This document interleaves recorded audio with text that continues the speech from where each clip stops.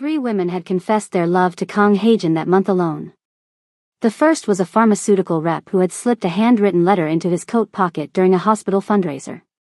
He found it that night, read it with the same detached interest he'd give a medical journal abstract, and recycled it. The second was a senior nurse from the pediatric ward who had waited outside his office for 2 hours, trembling, rehearsing her speech. He listened. He waited until she finished. Then he said, in a voice so gentle it almost made the rejection worse, "I'm sorry. I don't feel that way." She cried in the break room for the rest of her shift. The third was Dr. Kwon Nara. She had cornered him in the stairwell between the 6th and 7th floors on a Wednesday evening, her eyes already wet, her hands clasped together like she was praying. "I've been in love with you for 2 years, Nara whispered. I know you don't see me. I know you don't see anyone. But I needed you to hear it. Just once." Haejin looked at her. He studied her face the way he studied everything, carefully, clinically. She was beautiful. He could acknowledge that the way he could acknowledge that a painting was well composed. Technically. Objectively. Without feeling a single thing. "Nara," he said. "You deserve someone who can give you what you're asking for." "I can't. I'm sorry." She wiped her eyes, nodded, and walked down the stairs. He stood in that stairwell for a full minute afterward and waited for something, anything, to move inside his chest. Guilt. Sympathy. Regret. Attraction. Anything at all. Nothing came. It never came. In 31 years of life, Kang Haejin had never felt a single romantic emotion toward any woman. He had been born into a body that could perform miracles on an operating table and an empire that could move mountains. But whatever part of the human brain was supposed to light up when you looked at someone and thought mine, that part of him had never once flickered. He had accepted it about himself the way you accept a birthmark. It was simply who he was. So when, exactly 6 days after Nara's stairwell confession, Kang Haejin walked up to a woman at the 4th floor nurse's station, opened his mouth, and voluntarily spoke to her, not as a colleague addressing a subordinate, but as a man approaching a woman because something inside him physically could not stay away, every single person who witnessed it understood, on some primal level, that the earth had just shifted on its axis. They just didn't know how much until she looked at him and said no.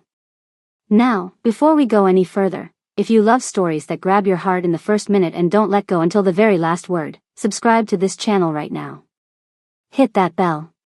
And drop a comment telling me, have you ever met someone who made you feel something you'd never felt before? Because that's what this story is about. And I promise you, it's going to wreck you in the best way possible. Let's go. It had started 6 days earlier. A Tuesday. 11:14 in the morning. Haejin was walking through the 3rd floor surgical corridor when something made him stop outside operating room 4. He had walked past operating rooms 10,000 times in his career without pausing. But that morning, something hooked him, an instinct, a gravity, a pull he had no name for. He turned his head. He looked through the observation window. And his life split into before and after. A woman was standing over an open chest cavity. She had a man's heart cradled in her hands, literally held between her fingers, and she was commanding the room with a voice that could have cut diamond. "Retract here. Not there, here. Do you see this vessel? This is the LAD artery. If your hand drifts 2 millimeters, he codes. So plant your feet and focus, or get out of my operating room." The trembling resident across from her obeyed instantly. The assisting surgeon stepped aside. She didn't ask for space. She claimed it. Her hands moved with a speed and precision that Haejin recognized because it matched his own, that rare, almost inhuman steadiness that separated great surgeons from legendary ones. A complication hit. Sudden bleed. The kind that made experienced surgeons freeze for a critical half-second. She didn't freeze. She adapted. She rerouted. She solved the problem with 3 movements so efficient they looked choreographed. Haejin's hand came up and pressed flat against the glass. His heart was racing. He could feel it, actually feel it, slamming against his ribs in a way it never had outside of physical exertion. His skin felt electric. His breathing was wrong. Something in his chest was cracking open, something ancient and frozen and so deeply buried he had forgotten it existed. He stood at that window for 7 minutes. When she pulled down her mask, revealing deep brown skin that glowed under the surgical lights and a face so striking it should have been illegal, the crack widened into a fissure. When she smiled at her team and said, "He's going to make it," the fissure became a chasm. Nurse Gion found him standing there, late for a department meeting, palm against glass, looking like a man who'd been struck by lightning. "Dr. Kong? Your meeting started 5 minutes, who is she?" Gion blinked. In 2 years, he had never asked about anyone. Dr. Alara Sinclair. New cardiothoracic fellow. Transferred from Johns Hopkins. Hagen said nothing. He peeled his hand off the glass, looked at it as if it had betrayed him, and walked away. He sat through his entire meeting without hearing a word. That night, alone in his penthouse overlooking the Han River, he pressed his palm against his own chest and felt his heart still hammering. 12 hours later. Still hammering. He, who had spent his career repairing hearts, who understood every valve and vessel and electrical pathway, could not explain what was happening to his own. But he knew one thing. For the first time in 31 years, something had woken up inside him. And it had the shape of a woman he'd never spoken to. 6 days he watched from a distance. He observed her the way he observed rare pathologies, with fascination, with focus, with a hunger to understand. He watched her sit at patients' bedsides and hold their hands while explaining procedures in language so warm that fear visibly drained from their faces. He watched her argue with a senior attending about a treatment protocol, refusing to back down, standing her ground with quiet, immovable conviction. He watched her eat lunch alone every day, reading journals with one hand and stirring soup with the other, and the loneliness radiating off her matched something inside him so precisely it made his chest physically hurt. On the 6th day, he couldn't take it anymore. He walked up to the nurse's station. "Dr. Sinclair." She didn't look up from her chart. "I have an aortic dissection repair tomorrow. Complex. Multi-layered. I'd like us to lead it together. Jointly." He never shared cases. He never co-led. This was the most generous professional offer anyone in this hospital had ever heard him make. It was also, though no one knew it, the first time in 31 years that Kong Hagen had voluntarily approached a woman. The hallway went quiet. 13 people within earshot. 3 seconds of silence. Then she raised her head. Deep brown eyes met his. And in them, he saw the thing he was most afraid of. Nothing. No spark. No recognition. No hint that the earthquake inside his chest had any echo in hers. "No," she said. "I lead my own cases, Dr. Kong. I don't need to stand beside someone else to prove I deserve to be here." She looked back down. Dismissed him. Like he was a door-to-door salesman she'd already decided not to buy from. Behind him, Gion gasped. Nara, watching from the water cooler, went pale. 2 residents froze mid-conversation. The hallway hummed with shock. But nobody, not a single person watching, knew the truth. They thought a woman had rejected a powerful surgeon. What had actually happened was that a man who had spent 31 years feeling nothing had reached for the one person who made him feel everything, and she had handed his heart back to him without unwrapping it. Alara turned and walked away. White coat flowing. Natural coils bouncing in a high puff. She didn't look back. And Hagen stood there, perfectly still, his face revealing nothing, while something inside him did the opposite of what it should have done. It should have retreated. It should have shut down. Instead, it caught fire. The wanting didn't shrink. It doubled. It became enormous, ungovernable, alive. He watched the empty space where she'd stood and thought, with the stunned clarity of a man who had just discovered gravity, "I have never wanted anything in my life. Now I want her. And she doesn't want me. And I have absolutely no idea what to do with that." While the hospital erupted with gossip, Alara Sinclair sat alone in her office, closed the door, and called the only person in the world she trusted. Nana Vi. Her grandmother's voice came through the phone warm as fresh bread. Baby girl. You sound tired. Are you eating? I'm eating. Real food or hospital food?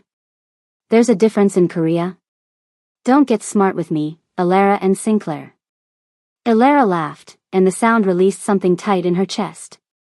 6,000 miles away, in a small flat in Brixton that always smelled like ginger and cinnamon, her grandmother was probably sitting in her favorite armchair with a cup of tea, and just knowing that made Seoul feel less foreign. Some surgeon asked me to work with him today, Elara said carefully. I said no. Why? Because he's the kind of man who's used to everyone saying yes.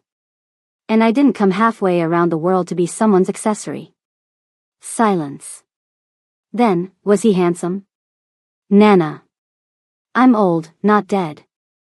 Was he? Elara bit her lip. Kang Haejin was not handsome. Handsome was a word for men in magazine advertisements. Haejin was something else entirely, sharp-jawed, dark-eyed, tall enough that she'd had to tilt her head to meet his gaze, with a presence so intense it had taken actual effort not to react to it. It doesn't matter, Elara said. I'm here to work. Nana Vi hummed, in that tone that meant she saw straight through every wall Elara had ever built. Just remember, baby. Not every man who reaches for you is trying to grab you. Some of them are just trying to touch something real. After they hung up, Elara sat in the silence of her office and pressed her fingers to her temples. Nana Vi didn't know about Marcus. Elara had never told her the full truth about her ex-fiancé, the charming, successful London surgeon who had swept her off her feet at 25 and spent 2 years slowly, methodically convincing her that she was too ambitious, too independent, too much. He had never hit her. He hadn't needed to. He had used words the way other men used fists, precisely, strategically, always in private, always followed by an apology so convincing she'd question her own memory. By the time she left him, she didn't recognize herself. It took a year of therapy, a transfer to Johns Hopkins, and an ocean between them before she rebuilt the woman she was supposed to be. She built her back stronger. She built her back armored. And the armor had one simple rule at its core: never let a powerful man close enough to make you small. So no. It didn't matter that Kang Haejin was handsome.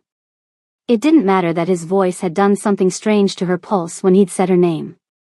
She was here for the medicine. Everything else was noise. The problem with noise, Elara discovered over the next 2 weeks, was that Kang Haejin was very, very bad at being quiet. He didn't pursue her the way she expected, no grand gestures, no aggressive persistence, no entitled demands for her attention. He just appeared. Wherever she was, he materialized nearby like a very well-dressed ghost who happened to have the same schedule. The surgical library at 7 in the morning. The cafeteria at noon. The corridor between radiology and the cardiac wing at 3:15. Always nearby. Never intrusive. Never staring. Just present. Reading his own journals. Eating his own food. Existing in her space as if the entire hospital were a planet and she were its sun and he had simply settled into orbit. On the 4th morning in the library, she cracked. Are you stalking me? She asked without looking up from her journal. I've been using this library for 6 years, he said, turning a page. You arrived 11 days ago. Statistically, you're stalking me. She looked up. He was reading an article on emergency thoracotomies with what appeared to be genuine interest. He hadn't looked at her once. You're sitting 3 tables away from where you sat last week, she said. You've moved closer every day. He paused. The faintest hint of surprise crossed his face, as though he hadn't realized he'd been doing it. Then, the lighting is better over here. The lighting is fluorescent. It's the same everywhere. Then maybe the company is better. She stared at him. He stared back. And for exactly 2 seconds, something crackled between them, brief, electric, undeniable. Then she shook her head, almost smiled, and went back to her journal. You're unbelievable. I've been told. The next morning, there was a coffee on the table across from hers. Black, no sugar. She hadn't told him how she took it. She sat down, took a sip, and said nothing. He sat across from her, opened his journal, and said nothing. But the distance between them had just halved, and they both knew it. The banter became their language. Sharp, quick, laced with something neither would acknowledge. When she mentioned a rare cardiac anomaly during a department meeting that nobody else recognized, a published case study appeared on her desk the next day with a sticky note: "You were right. Everyone else was wrong." As usual. She kept the note. She told herself it was because the case study was relevant. In the cafeteria, their lunches became a daily negotiation. "You're at my table again," she said one afternoon. "Our table," he corrected, sitting down with his tray. "I didn't agree to share. And yet you saved me a seat." She looked down. She had, unconsciously, placed her bag on the floor instead of the chair across from her. She always used to put it on the chair. "That doesn't mean anything." "Of course not." He bit into his kimbap and she caught, just barely, the ghost of a smile. The first real smile she'd ever seen on his face. It changed everything. It transformed him from intimidating to devastating, and she looked away so fast she knocked over her water. He caught the cup before it spilled. His hand moved with that surgical speed, effortless, instinctive, almost inhuman. His fingers brushed hers on the cup. The contact lasted half a second. Her entire arm went warm. "Careful," he said. Their eyes met. His hand was still touching hers on the cup. Neither moved. 3 seconds. 4. 5. Then she pulled her hand back, grabbed her tray, and stood up. "I have rounds." She walked away too quickly, and Hagen watched her go with his heart doing something it had never done before, aching. Not from pain. From want. From the sensation of touching her skin for half a second and having it not be enough. He looked down at his hand as if it belonged to someone else. Shin Junwoo, his underboss, who had been waiting across the cafeteria in plain clothes, walked over and sat down. "You're staring at your own hand." "Go away, Junwoo. You've got it bad." "I said go away."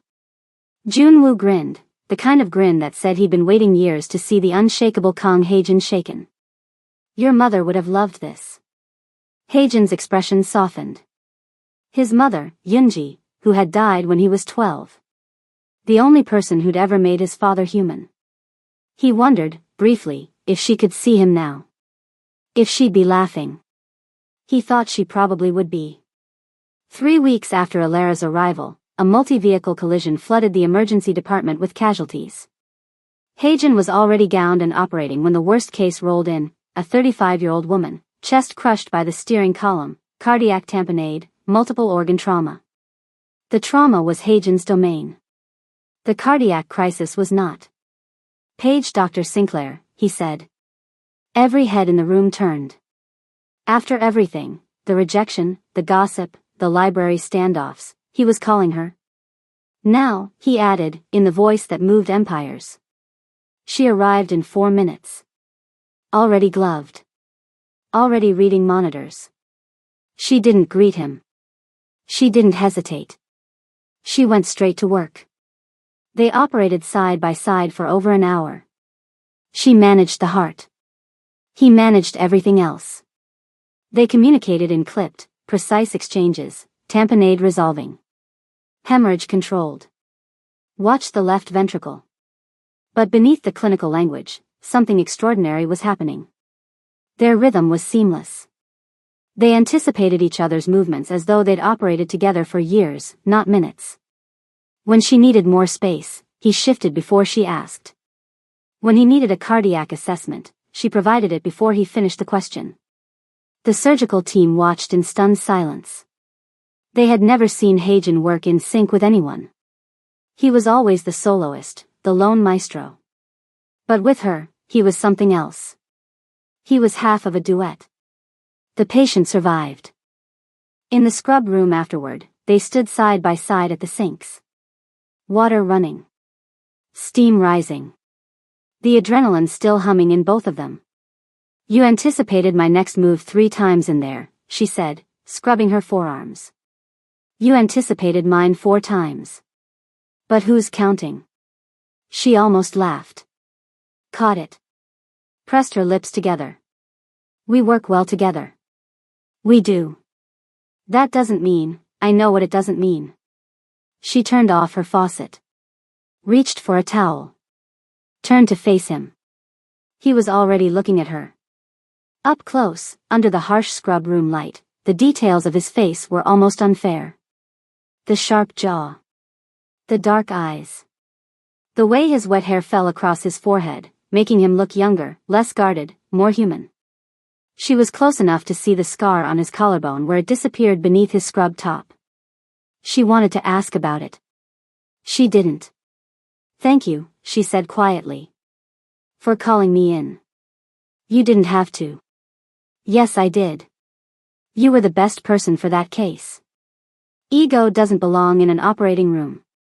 Something shifted in her expression. Something warm and unguarded that appeared for just a moment before she caught it and pulled it back behind her walls. But he saw it. And it made his heart slam so hard he was certain she could hear it. She stepped toward the door. He said her name. Elara. She stopped. Turned. They were 5 feet apart. The scrub room was small and warm and filled with steam, and the air between them was thick enough to touch. He took a step toward her. She didn't step back. Another step.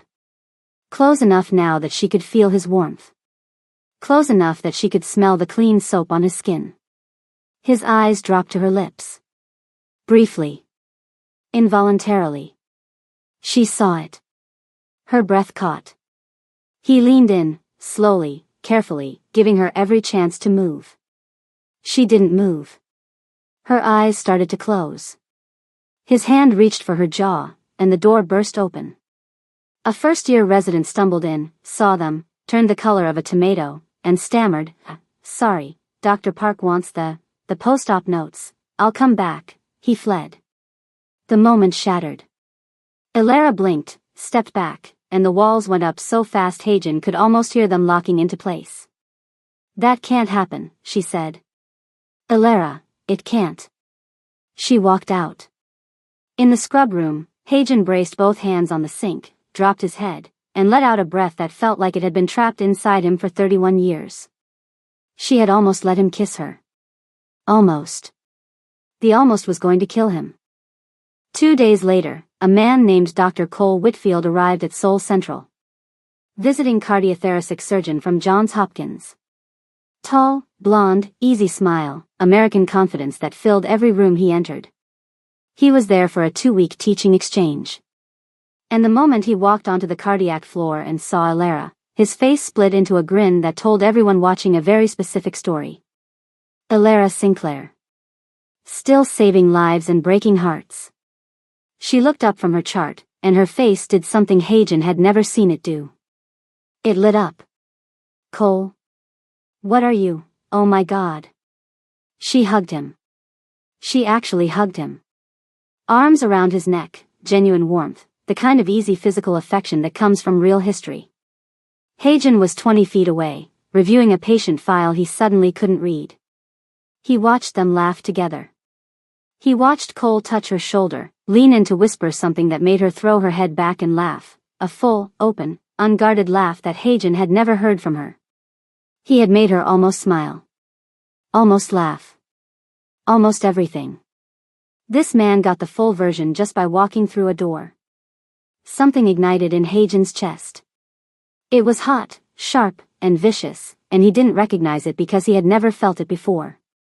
He didn't know it was jealousy until Junwoo appeared beside him and said casually, Your hand is about to snap that pen in half. Hagen looked down. The pen in his grip was bent almost to breaking. He released it. Who is he? Hagen asked. His voice was quiet. Too quiet. Dr. Cole Whitfield. Hopkins. He and Dr. Sinclair were in the same program. Word is they were close. How close? Junwoo raised an eyebrow. Would you like me to find out? No. A beat. Yes. Junwoo walked away smiling. Hagen stared at the bent pen and thought, so this is jealousy. It's terrible. I hate it. Over the next 3 days, Cole became Hagen's personal torment. Cole sat in Alara's seat in the cafeteria. Cole made Alara laugh in the corridors. Cole brought her coffee, wrong, it was a latte and she drank hers black, which gave Hagen a savage, petty satisfaction he was not proud of. On the third evening, Hagen passed the residence lounge and saw them through the window, Alara and Cole, sitting close on a sofa, heads bent over a journal, his arms stretched along the back behind her shoulders. Hagen's feet stopped. His jaw locked. His hands curled into fists at his sides. Alara glanced up. Through the glass, their eyes met. She saw the look on his face, dark, intense, blazing with something that stopped her mid-sentence. For 3 full seconds, across that window, the air between them burned. Then Hagen turned and walked away. Fast.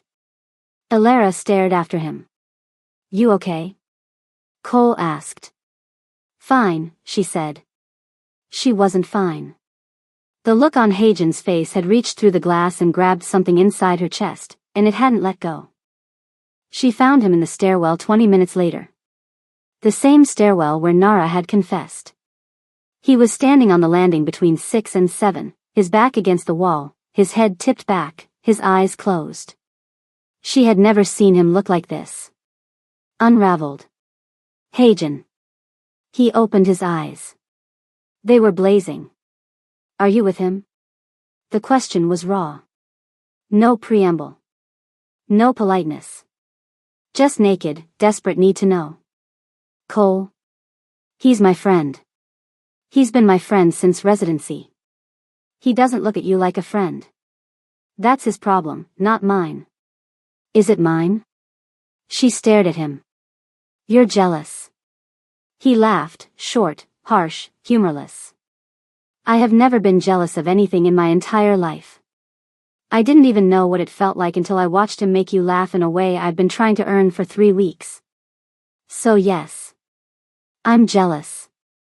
I'm jealous and I'm furious and I'm standing in a stairwell at 10 o'clock at night because if I stay on that floor 1 more second I'm going to do something I'll regret, and I don't. He stopped. Closed his eyes again. Took a breath. When he opened them, the raw edge was still there, but controlled. Barely. I don't have practice at this, he said quietly. I've never wanted anything before. And wanting you is so, it's overwhelming. Every part of it. The wanting and the not having and the watching someone else stand where I want to stand. I don't know how to handle any of it. She climbed the stairs until she was on his landing. 2 feet away. Cole is not a threat to you, she said. Her voice was softer than she intended. No one is. Because I don't, she stopped herself. But they both heard what she almost said. Because I don't feel this way about anyone else. The stairwell was silent. The hospital hummed distantly around them. He reached for her hand. She let him take it. His fingers closed around hers, and the touch was so gentle it made her eyes sting. Tell me there's a chance, he whispered. Even if it's small. Even if it takes time. Tell me I'm not standing here alone. She squeezed his hand. You're not standing here alone. The words cost her everything. He lifted her hand and pressed his lips to her knuckles, a gesture so tender, so old-fashioned, so completely at odds with everything she knew about powerful men that it cracked her armor in a place she couldn't reach to repair. And then his phone rang. He closed his eyes. Answered it. The conversation was in Korean, rapid, sharp, his voice shifting into that other register, the one that belonged to a different man. His jaw tightened. His grip on her hand changed, not tighter, but different. Protective. When he hung up, his face had transformed. The tenderness was gone.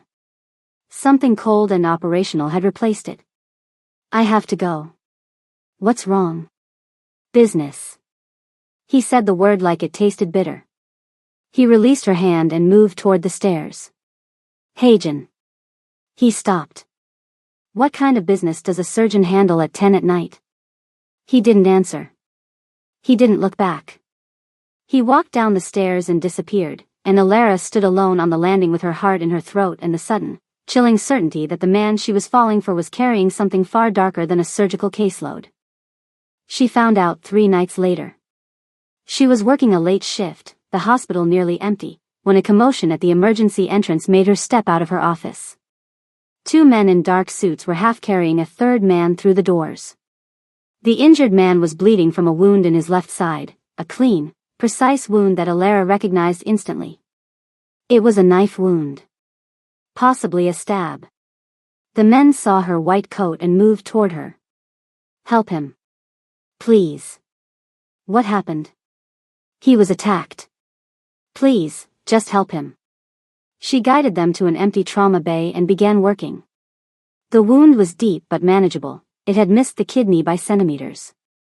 As she cleaned and sutured, she noticed things. The injured man's hands were calloused in ways that had nothing to do with manual labor.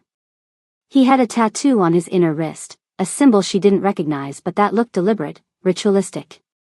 And the 2 men standing guard at the door weren't just concerned friends. They were soldiers. She finished the suture, applied dressings, and was writing discharge instructions when one of the men made a phone call. He spoke 1 sentence in Korean. Then he held the phone out to her. He wants to speak with you. She took the phone. Hello? Is he stable? Haejin's voice. Her blood went cold. He's fine. Knife wound, missed the kidney. 16 sutures. Haejin, who are these people?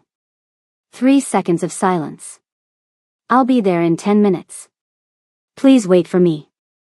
Who are these people? Alara. Please. She waited.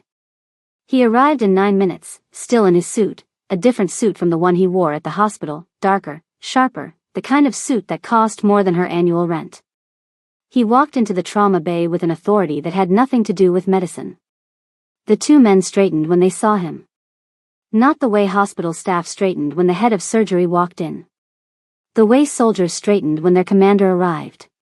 He checked the injured man, spoke to the 2 guards in low Korean, then turned to Alara.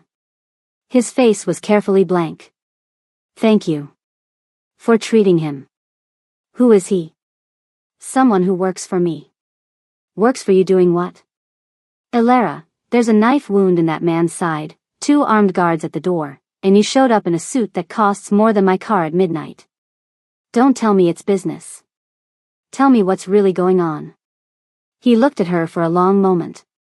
And she watched him make a decision, the most dangerous decision of his life.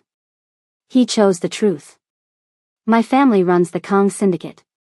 We are the most powerful criminal organization in South Korea. I am the sole heir. I have been living in both worlds since I was 23. The surgeon is real. But so is this. The trauma bay went dead silent. Alara felt the floor tilt beneath her. Criminal organization. Syndicate. Heir. The words crashed into her one by one like waves against a seawall. She looked at the injured man on the gurney. She looked at the guards.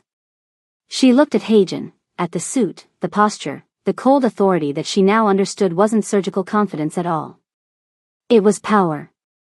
Real, dark, blood-soaked power. You're a crime lord, she whispered. I'm a surgeon who inherited an empire I never asked for. I've been trying to, don't. Her voice cracked. Don't spin this. Don't make it sound noble. You run a criminal organization and you didn't tell me. I was going to, when? Before or after I fell in love with you? The confession slipped out like a blade. They both felt it. Her eyes went wide. His went raw. Alara, stay away from me. She pulled off her gloves, dropped them on the floor, and walked out. Now, if your heart is pounding right now, I need you to hit that like button immediately. Smash it. This story is about to break into 1,000,000 pieces, and I need you here for every single one. Subscribe if you haven't, drop a comment telling me what you'd do if you found out the person you were falling for had a secret like this, and let's keep going, because what happens next changed both of their lives forever. She didn't speak to him for 12 days. 12 days of silence so loud it screamed through every corridor of the hospital. She changed her schedule. She avoided every route that might intersect with his. She ate lunch in her office with the door locked. She worked, she operated, she functioned, and every night she went home to her empty apartment in Itaewon and sat in the dark and fought with herself. The rational part of her said run. Pack a bag. Go home to Nanavi. This man is everything you swore you'd never let close, powerful, secretive, dangerous in ways you can't even measure. The other part, the part that remembered his hands shaking when he touched her face, the part that remembered him saying I have never wanted anything before, the part that still felt the ghost of his lips on her knuckles, that part said something she didn't want to hear. It said, he told you the truth when he could have lied. It said, he chose honesty even though it could cost him everything. It said, that's not what Marcus did. Marcus lied. Always. About everything. Haejin told you the worst thing about himself and stood there waiting for the blow. Those are not the same kind of man. She hated that the voice was right. Haejin was worse. He didn't eat. He barely slept. He operated with the same mechanical perfection, his hands didn't know how to fail, but the light behind his eyes went out. Junwoo noticed. Jiyeon noticed. Even the residents, who were generally oblivious to anything that wasn't on an exam, noticed that Dr. Kong looked like a man who had been hollowed out from the inside. He didn't try to contact her. He wanted to. Every cell in his body screamed at him to go to her, to explain, to beg, to do whatever it took. But she had said stay away, and he would respect that even if it destroyed him, because her boundaries were sacred to him in a way nothing else had ever been. On the 12th night, it rained. A typhoon-grade downpour that turned Seoul into a river and sent half the hospital staff home early. Elara was leaving through the east entrance when she saw him. He was standing outside the hospital doors. In the rain. No umbrella. Soaked through his coat. Just standing there, face tilted slightly upward, eyes closed, letting the storm hit him as if he were trying to feel something strong enough to drown out the ache. He didn't see her.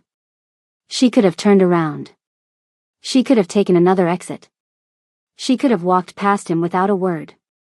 Instead, she walked into the rain. She stopped 3 feet from him. The downpour was deafening, soaking through her coat in seconds, plastering her hair to her face. How long have you been standing out here? She asked. He opened his eyes. The look on his face when he saw her, the raw, cracked, desperate hope, was the most human thing she had ever witnessed. I don't know, he said. I come here every night. Every night? You leave through this exit at 8:40. I come at 8:30. I need to know you're safe. I stand here until I see you walk to your car. Then I leave. 12 nights. He had been standing in front of this hospital for 12 nights, watching her walk to her car, making sure she was safe, never once letting her know. The rain pounded down between them. You should have told me, she said. About who you are. From the beginning. I know. I've been with a man who lied to me. Who kept secrets and used them as weapons. I swore I'd never, I'm not him.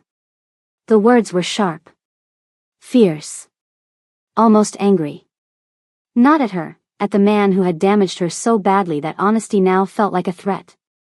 I'm not him, Elara. I kept this from you because I was afraid. Because for the first time in my life I had something I could lose, and I was terrified that if you knew the truth, you'd. His voice broke. He stopped. Swallowed. Tried again. You do exactly what you did. She was crying. She couldn't feel the tears because of the rain, but she knew they were there. I don't know how to do this, she said. I don't know how to love someone who lives in the dark. Then teach me how to live in the light. He said it simply. Desperately. Like a man offering the only thing he had left. I'll dismantle it. All of it. I'll walk away from the syndicate. I'll burn it down if that's what it takes. But don't ask me to walk away from you. That's the one thing I can't survive. She closed the distance between them. 3 feet became 2. 2 became 1. one became nothing. She grabbed the front of his soaking coat and pressed her forehead against his chest, and his arms came around her so fast it was like he'd been holding them open for 12 days, waiting. The rain poured down on them, and he held her so tightly she could feel his heartbeat through both their coats, and it was thundering. "Don't lie to me again," she whispered against his chest. "Ever." "Never," he breathed into her hair. "Not ever." She lifted her face. He looked down at her, rain streaming down both their faces, her eyes fierce and wet and full of something that looked like surrender and defiance at the same time. He kissed her. Standing in a typhoon outside a hospital in Seoul, drenched to the bone, holding each other like the storm might tear them apart if they let go. This kiss was different from the almost kiss in the scrub room. This one was real. This one was a decision. This one said, "I choose you," knowing exactly who you are. The weeks that followed were the most alive either of them had ever been. They navigated their new reality with the same precision they brought to surgery, carefully, deliberately, aware that one wrong move could be catastrophic. He told her everything. The syndicate. The ports. The politicians. The blood. She listened without flinching, and when he finished, she said, "How do we get you out?" "Not if." "How?" He started restructuring immediately. Jun-woo took operational command. Illegal revenue streams began converting to legitimate enterprises. It would take years. But he had started, and the reason he started had brown eyes and steady hands and a laugh that made his heart forget it had ever been silent. They kept the relationship hidden from the hospital, mostly. They operated together with a synergy that made the surgical staff whisper. Their patient outcomes were unprecedented. They bickered over protocols in meetings with a fire that everyone could see was foreplay, though neither would admit it. One evening, after a brutal 16-hour shift, Elara was standing at the window of his office watching the city lights when she felt him behind her. He didn't touch her. He just stood close, his chest inches from her back, his warmth wrapping around her like a second skin.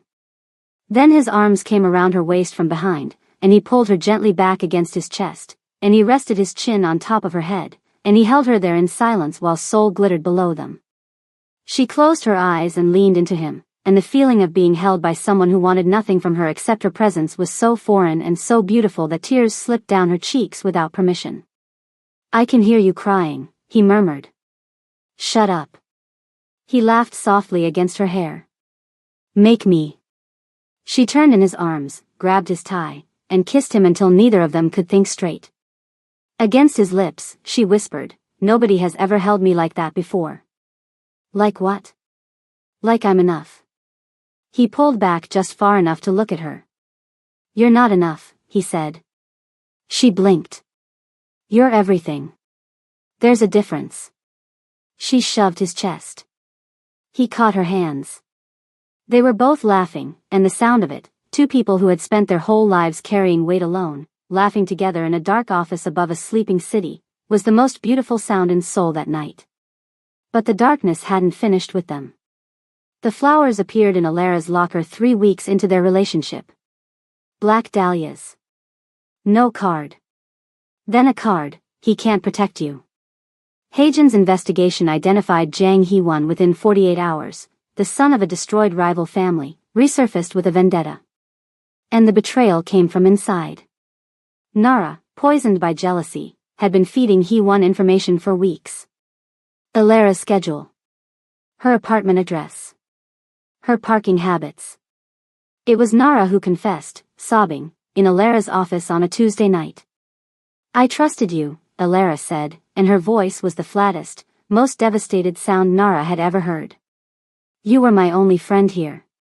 Nara was dealt with, resignation, exile from Seoul, the permanent weight of what she'd done. But Hee-won was still out there. And he wasn't interested in just sending flowers anymore. It happened on a Thursday night. Elara was walking to her car in the east parking garage, her mind on a surgery scheduled for the morning, when a man stepped out from behind a concrete pillar. He was lean, sharp-featured, with a scar along his left temple and a smile that didn't reach his eyes. "Dr. Sinclair. We haven't met." She stopped. Her keys were in her hand. Her car was 30 feet away. But I feel like I know you, he continued, stepping closer. I know you eat lunch at 12:15. I know you park in this spot every night. I know you moved into the prince's penthouse last week. I know the sound of your heels on this concrete. I've been listening to them for weeks. Fear hit her like ice water.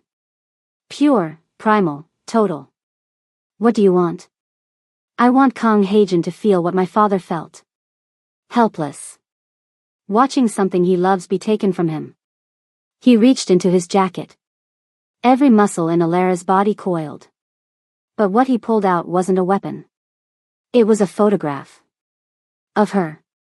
Sleeping. Taken through her apartment window before she'd moved into the penthouse. He can't protect you, he once said softly. Not from me. Not from, the sound of footsteps, fast, precise, military, echoed through the garage. Heewon's smile vanished. He turned. Junwoo emerged from the shadows with 4 men, moving in formation, cutting off every exit. And behind them, walking with a calm that was more terrifying than any display of rage, was Haejin. He looked at Heewon the way a surgeon looks at a tumor, with cold, methodical intent to remove it. You're standing too close to her, Haejin said. His voice was barely a whisper. Heewon smirked. The prince arrives. I was beginning to think, step back. 2 words. No volume. No theatrics. Just absolute, annihilating authority. Heewon read the room. 4 men behind him. Junwoo to his left. Haejin in front of him with eyes that promised violence so precise it would be surgical.